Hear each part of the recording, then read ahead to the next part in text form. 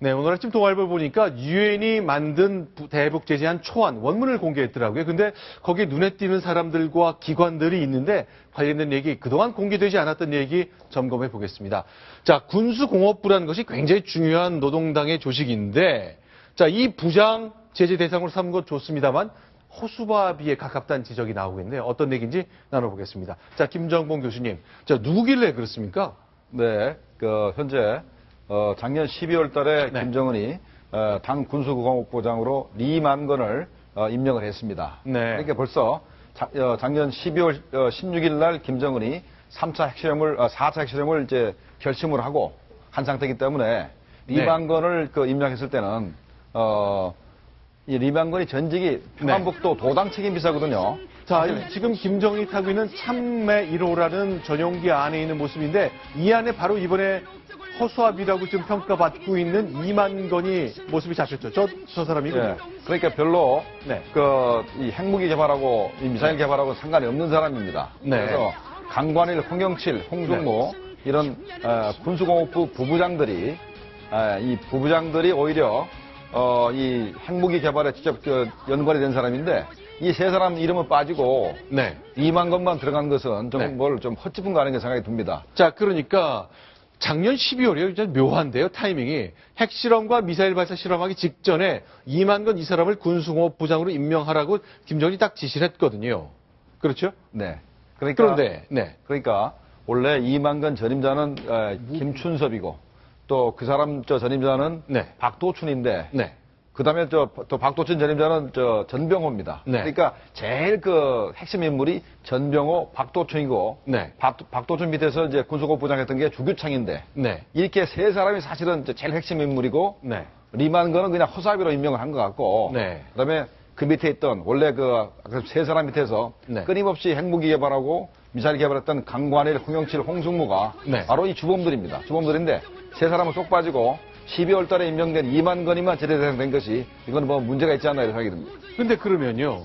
일단 타이밍도 굉장히 묘합니다만 이렇게 이제 제재 대상 명단을 정할 때요. 사실 이런 사정을 우리 정부나 미국의 CIA나 다 알 텐데 이런 사람들을 실제보다는 이런 뭐 부임한 지 한 달, 두 달밖에 안 된 사람을 제재하도록 하는데 우리가 좀 외교적으로 실패한 겁니까? 왜 이런 일이 발생하는 거죠?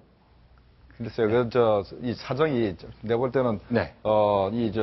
실무자들을 부부장급들을 안 하고 그냥 상징적으로 장들만 이렇게 제대 대상으로 하는 바람에 이렇게 벌어진 것 같은데 네. 실제로는 북한에서는 말이죠. 네. 대외적으로 굉장히 높은 직급이 네. 사실은 쓸데없는 그냥 자리인 경우가 많이 있습니다. 네. 되게 부부장급들이 네. 실세할 경우가 많이 있기 때문에 네. 그런 경우에서 좀 실수를 한 것 같아요. 아, 이런 점이 좀 있습니다. 실제로 일 다 하는 부부장급들은 싹 빠졌는데 임명된 지 두 달 된 이만건이 제재 대상에 올랐다는 것. 여러 가지 뭐 완벽을 기할 수는 없겠습니다만 자, 조금 구멍이 좀 보이는 듯한 모습이 보입니다. 그런데 이번에 제재 대상 리스트에 보니까요. 눈에 띄는 기관들이 몇 가지 보입니다. 뭐 군수공업부나 이렇게 정규 조직 같은 데는 다 이해할 수 있겠지만 몇 가지 은행이나 회사들이 보이는데 어떤 게 있나요? 은행이 있습니다. 바로 네. 단천상업은행입니다. 여기에 속한 관계자 명단을 오늘 동아일보 일면에서 보실 수가 있었는데요. 자, 단천상업은행을 지금 대표를 맡고 있는 분이 이제 김동명 대표, 그리고 이제 베트남 시리아 쪽에 있는 대표들 이름까지 여기에 올라갔습니다. 그러니까 단천 상업은행 관계자들이 많았던 것도 눈에 띈니다. 자, 이게 뭐 하는 은행이길래 이렇게 수많은 은행 중에 왜 여기가 콕 집힌 거죠?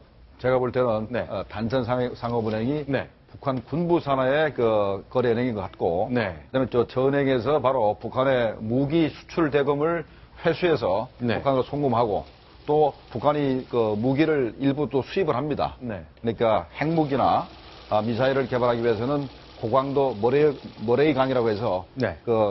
고강도 알루미늄 강을 이제 수입을 해야 되는데 네. 그런 것들을 러시아에서 몰래 밀수를 하고 그다음에 러시아로부터 미국이 부품이나 첨단 무기 부품을 몰래 밀수하던 그 대금을 갖다가 단천 상업은행에서 이제 취급을 했기 때문에 이번에 제재 대상이 된 것 같습니다.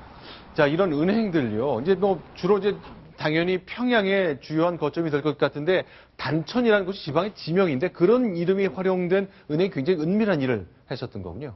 그러니까 단천은 저 마그넷 사이트가 있는 네. 세계에서 가장 그 매장량이 많고 풍부한 단천 마그넷 사이트가 있는 데인데 네. 저 단천 상해은행이 군부 산하의 그 은행으로 판단됩니다. 자, 또 하나 있습니다. 조선광업개발회사라는 곳인데요. 이거는 어떤 데인가요? 보통 광물 사고 파는 곳 같은데 실제 하는 일이 좀 다를 수도 있는 거죠. 네. 그 우리나라에도 대한투자공사인가요? 네. 광진공 광업진흥공사가 광업진흥공사. 있는데 네. 그거와 비슷한 걸로 판단이 됩니다. 네. 그 북한에서 나오는 여러 가지 광물 자원을 해외 수출하고 네. 또 돈을 받아서 이제 필요한 곳에 주는 곳이 아닌가 그렇게 판단. 그런데 이제 무기 수출의 핵심적인 역할을 하는 조직이라는 건데, 자, 광업회사에서 무기도 사고 판다. 실제로 포장지에 둔 하는 일하고 실제 하는 일 사이에 이렇게 큰 차이가 있나 보죠? 그렇죠. 그러니까 북한의 주수입원이 바로 이 광물을 수출해 가는 거기 때문에 네. 이 주수입원을 가지고 있는 것이 바로 선군 정치이기 때문에 네. 군부가 가지고 있는 것이죠. 근데 네. 군부가 네. 이 네. 석탄이나 철광을 네. 수출을 해서 그 돈 가지고 무기를 구입하거나 식량을 구입해서 네. 군부에 공급하는 그런 시스템으로 되어 있는데 바로 조선 그 광업개발회사가 그런 일을 하고 있습니다. 그다음에 제가 지적하고 싶은 거는 네. 북한이 금이 상당히 많이 생산되는 나라입니다. 네.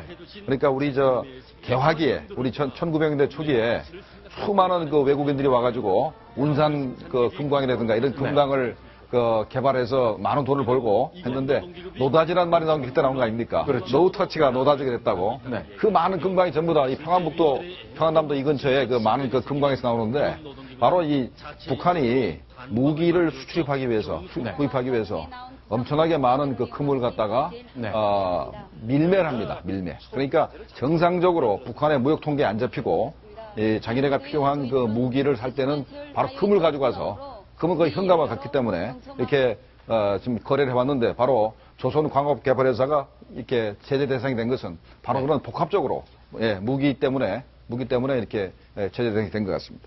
아까 그 허수아비 같은 부장을 내세웠다고 그러는데 이렇게 보면 어떨까 싶습니다. 그러니까 어떤 북한을 제재하려면 돈, 그 다음에 물건, 사람 네. 이 세 가지를 제재를 해야 될 것인데 네. 지금 이번 제재한 초안을 보면 네. 돈과 물건에 대해서 굉장히 많은 네. 제재를 하고 있습니다. 네. 근데 사람은 아시다시피 네. 왔다 갔다 하는 것이 지금 북한이 많지가 않잖아요. 네. 그런 면에서는 제가 볼 때는 외교관, 해외에 있는 외교관 정도 이제 네. 앞으로 상당히 이제 제재를 가할 것 같고, 네. 그다음에 북한에 들렸다 나오는 사람들, 네. 이런 사람들에 대해서 제재가 있는 것 같아요. 그럼에도 불구하고 어쨌든 돈과 물건에 대한 제재, 이건 굉장히 강하기 때문에 네. 제가 볼 때는 뭐 이만건을 책임 비서를 다른 사람에 비해서 약하다 하더라도 제재하는 나름대로 성과를 거두지 않을까 그런 생각이 드네요.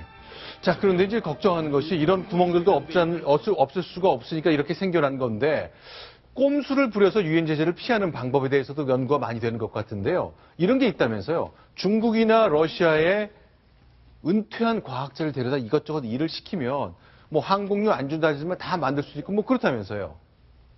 네. 지금까지 북한이 네. 장거리 미사일을 개발하고 네. 핵무기를 개발한 데는 중국 기술자 그리고 구소련의 그 핵과학 기술자들이 대단한 그 도움을 줘왔습니다. 줘왔고 그게 결정적으로 북한의 핵무기를 도운 그 과학 기술자들은 구소련의 핵과학 기술자들이 소련이 붕괴된 다음에 수많은 사람들이 수만 명이 실업자가 됐고 그 사람들이 바로 북한의 기술을 전수를 했기 때문에 북한의 핵무기가 빠른 속도로 개발에 성공을 했습니다. 그다음에 장거리 미사일 발사에 있어서는 중국의 그 직접적인 그리고 간접적인 도움이 계속 있어왔고 중국이 관성 항법 장치라는 그 부품을 끊임없이 공급을 했습니다. 북한이 자체 개발하기 전까지는 계속 공급을 했기 때문에 북한의 그 장거리 미사일 개발하는데 중국이 도움을 안 줬다고 하는 것은 새빨간 거짓말입니다.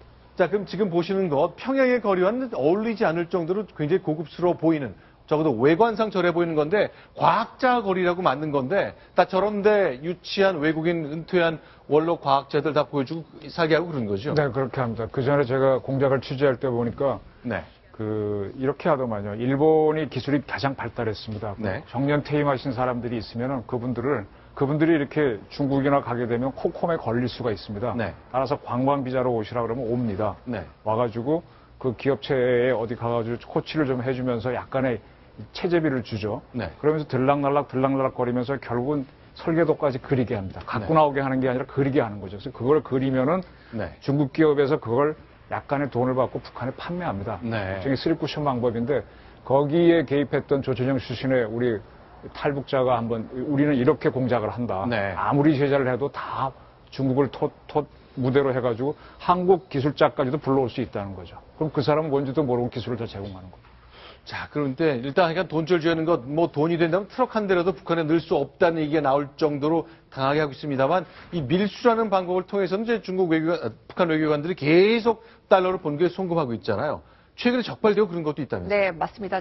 작년 한 10월쯤이었죠. 한 언론 보도로도 알려졌는데 북한에 이제 중남미에 있는 외교관들이 바로 쿠바산 씨가 중에서도 가장 최고 등급으로 평가가 되죠. 쿠바산 씨가 밀수를 네. 해서 적발이 됐다. 이런 보도가 나왔습니다. 얼마나치냐? 자, 3,800개비인데 10억 원 상당이나 된다고 합니다. 이것이 이제 작년 10월쯤에 네. 알려졌는데요. 이걸 보고는 이제 김정은이 대노를 해서 나윤박 외무성 국장을 네. 단장으로 하는 불법 밀수 검열단을 파견을 합니다. 네. 그래서 이 검열단이 아주 많이 적발을 해서 대대적으로 벌을 줬을까요? 그렇지 않습니다. 거기 있는 외교관들이 또 뇌물을 주면서 좀 잘 좀 봐달라 부탁을 했다고 합니다. 이렇게 무마가 됐고요. 김정은은 외교관의 불법 장사를 금지하라고 다시 공문까지 보냈지만은 네. 이렇게 편법적으로 이런 눈을 피해가면서 계속 밀수가 계속되고 있다. 근데 그런 궁금한 얘기들이 건요. 들려오고 있습니다. 아니 외교관들한테 달러 많이 벌어서 송금하라고 해놓고 불법적인 장산 금지하라 이렇게 얘기하면 이 충돌은 어떻게 해결하는 거죠? 네. 그러니까 일단은 북한 외교관들은 네. 본국에서 돈이 나가지 않습니다. 네. 현지에서 벌었어야 되거든요. 네. 그 벌면은 뭐 무역도 하겠지만은 무역 가지고 다 채울 수가 없습니다. 네. 왜냐하면 본국에 있는 자기를 외교관으로 해외에 파견시켜준 본국에 있는 실력자한테 네. 한간부한테 뇌물을 항상 보내줘야 되거든요. 그다음에 또 무슨 뭐 당창건 행사나 뭐 2.16이나 4.15 행사 때 항상 상납금을 또 보내줘야 됩니다. 네. 근데 그 모든 그 돈을 이렇게 벌라 그러면은 정상적인 방법으로는 그걸 메꿀 수가 없습니다. 그래서 뭐 담배도 밀수하고 네. 심한 경우를 마약 밀매도 하고 그다음에 외교관 특권을 활용해서 면세 술 네. 이런 걸 많이 밀매를 합니다. 네.